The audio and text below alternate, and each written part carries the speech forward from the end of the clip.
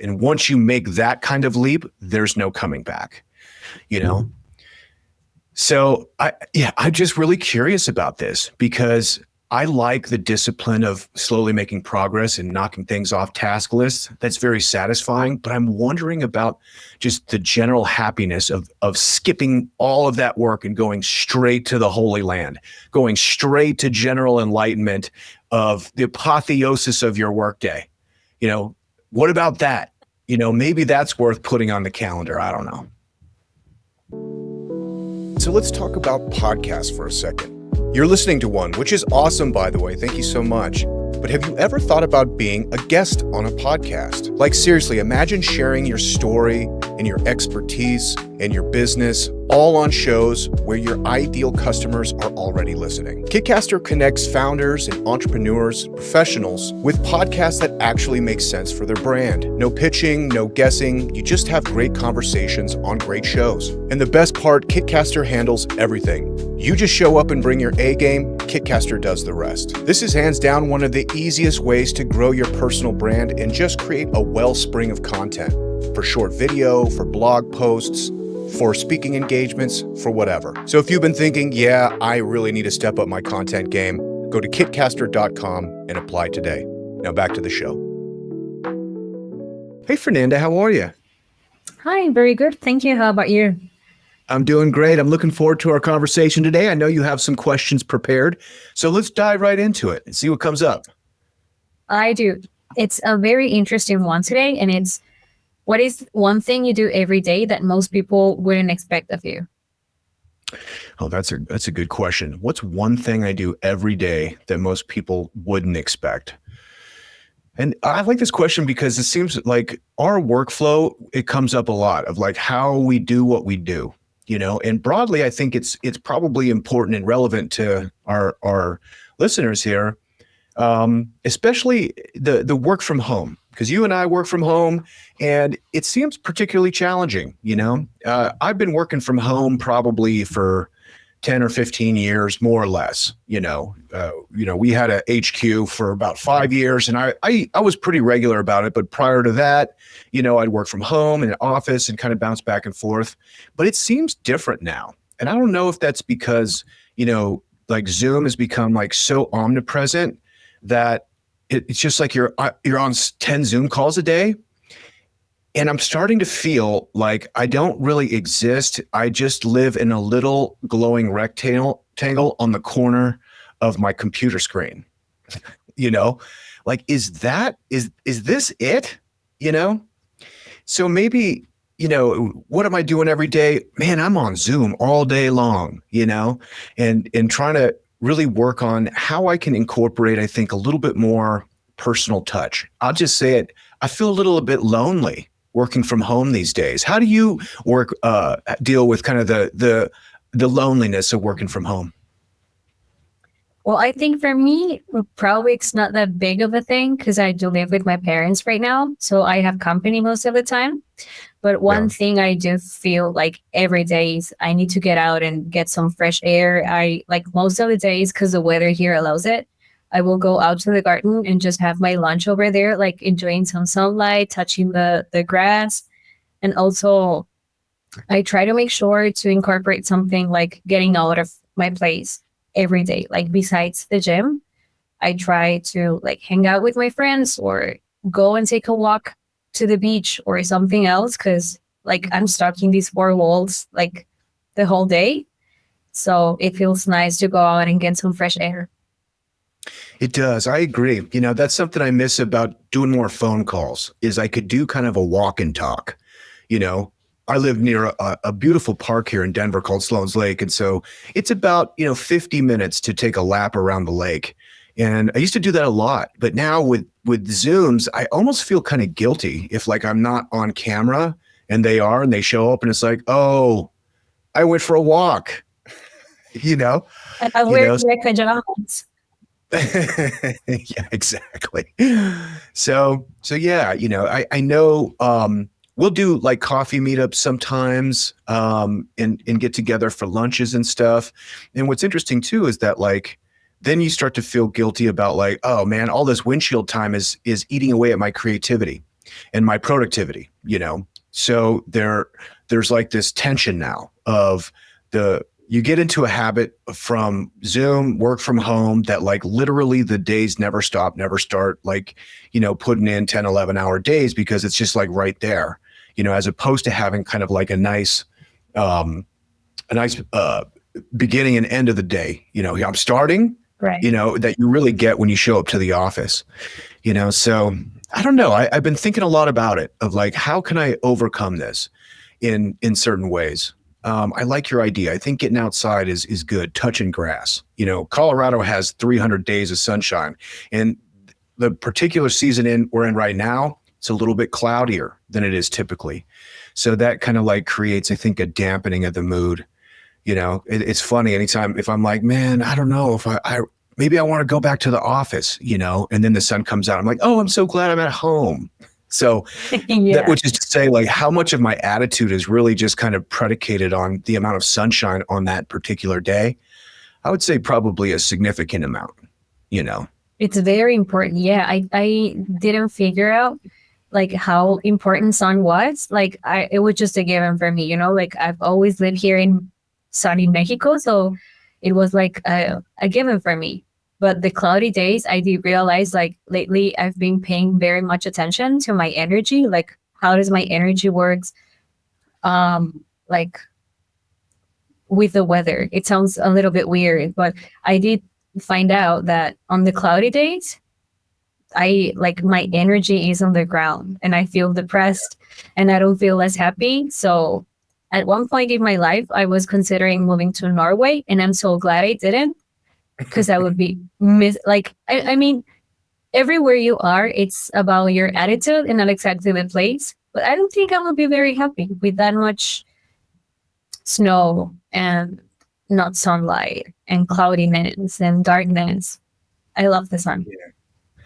Me too, and it is actually comforting. I think that's probably the difference of like pathological mental health disorders is if, a sunny day and a juicy fruit changes your whole reality, you're like, oh, cool.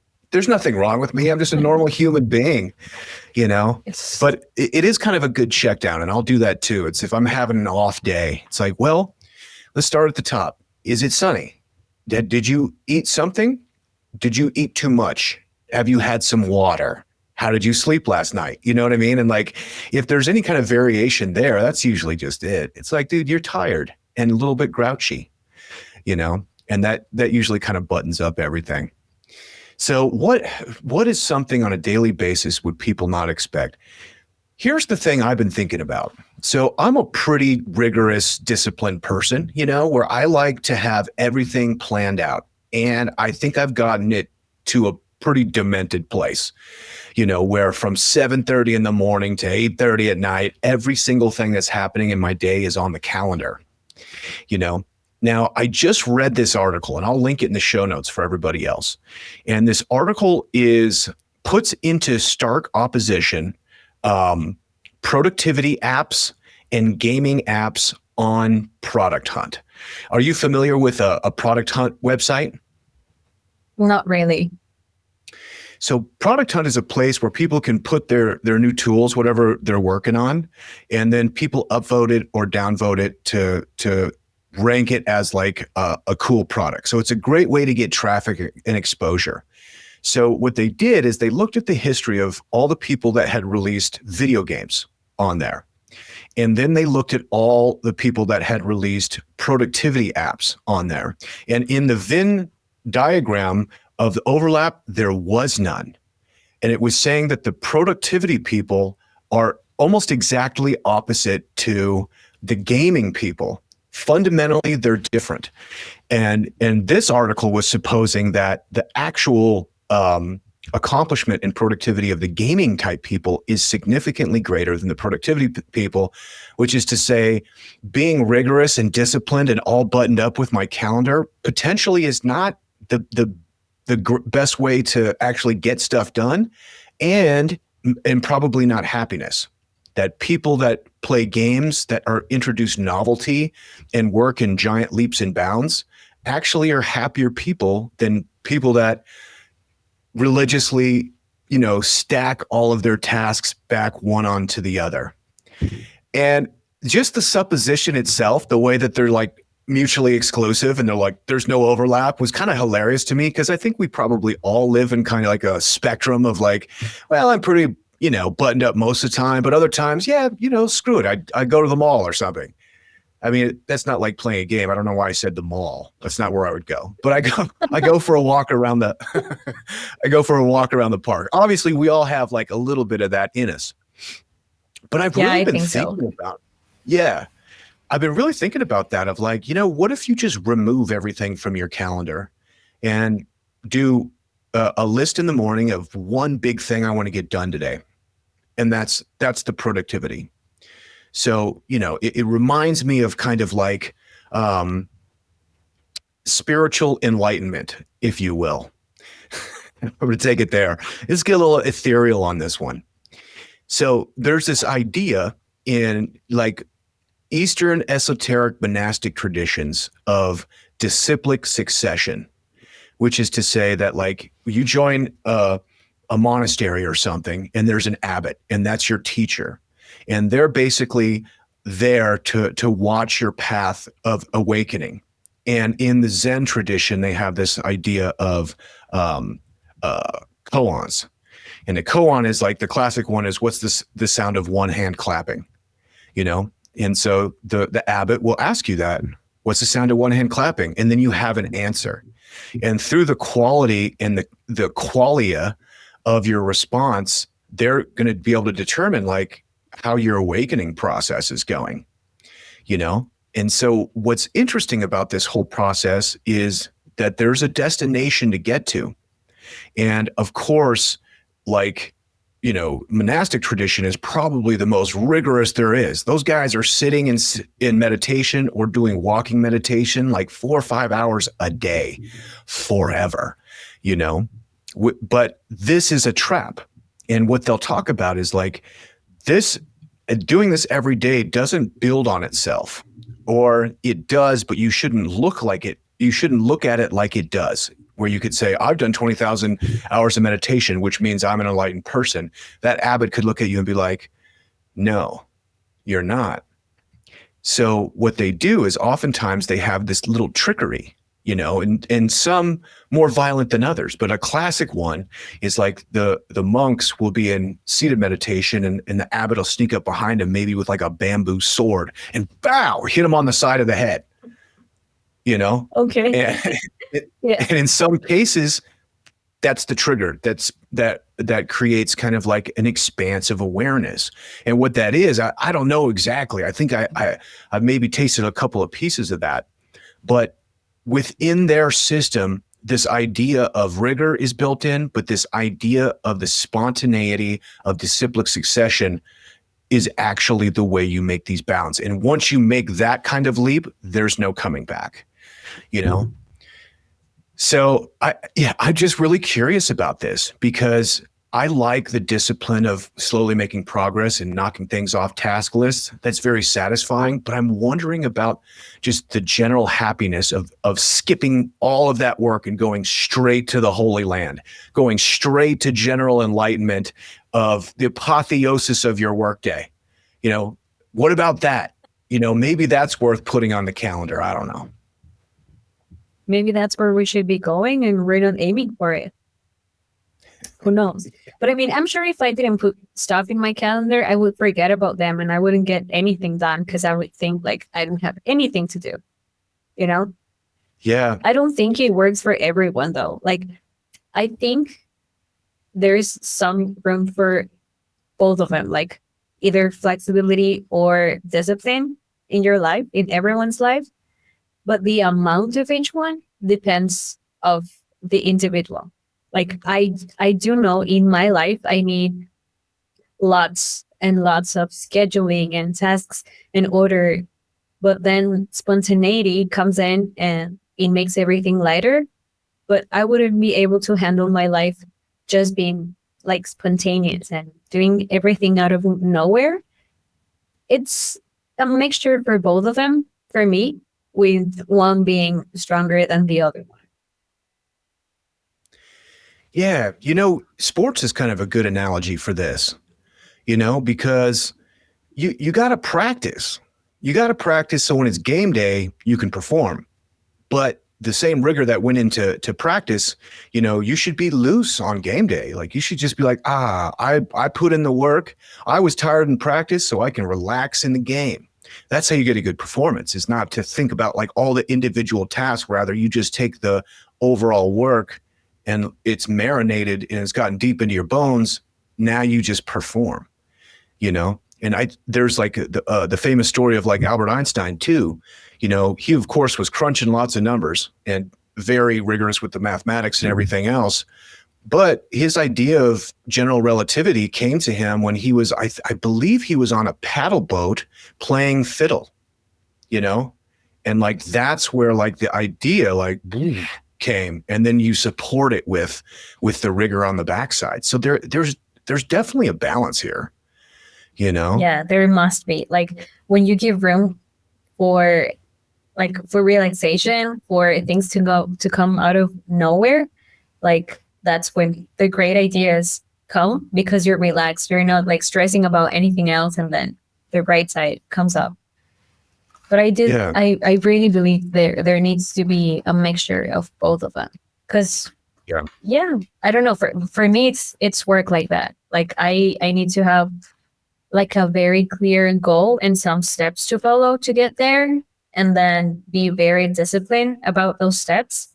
And then once in a while, I can relax a little bit, so you get to like enjoy the process a little bit more. Because also without that flexibility, like it's too hard to get there. Like being like working all of the time, like giving your best, giving your 100. Probably you won't be able to reach the final line because you'll be exhausted to get there. So like you have to give your 98%, and then sometimes you can give your 50, and then you can come back to your 98, 100, sometimes 80, and then like it's like a roller coaster. Totally. And the two sides of the brain, they're not mutually exclusive. They work together and they rely on each other.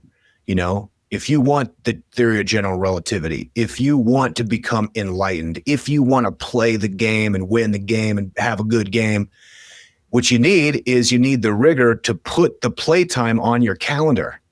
So the rigor can actually box out and be like, no, look you've been working too hard. You know what? This is why you're tripping. It's not work from home. It's like you got to schedule playtime and make play part of work, because truly that's I think where the big leaps and bounds come in, or at least that's what that article supposed. Yeah. That's on my goal. That's what I'm going to do this week. I'm going to put playtime. Maybe I don't play fiddle and all the lakes are frozen, but I tell you what, it's just going to be a walk around the block or around the lake. That's it. Just let it soak in. Like go out and do something unexpected, something you didn't think that, like just go out there and something will pop up, I'm sure. Yeah, maybe a walk around the lake is not fun enough. Maybe it needs to be more fun. I don't know, or you can turn it into something fun. And like now thinking about it, it's been so funny that I do rock climbing, right? And in the gym, like I've been meeting some people, and it's so funny. Most of the people that is there climbing, they're programmers. And I was like, is it like a checklist or something now? And then we came to the conclusion, actually, like since we're people that are stuck in our house, in our four walls, working all day, probably we are the people that is looking forward the most to go outside and something different and like get some fresh air and stuff like that. Like when people work in the office, or I don't know, like when they have different jobs, what they want to do is like, I want to come home and rest. And for us, it's the exact opposite. Like you get off your job and like you want to go out, you want to see people, you want to socialize, you want to move your body and do stuff. I just remember. Totally agree. I totally agree. Let's leave it there for the day. Fernanda, this was awesome. Thank you so much.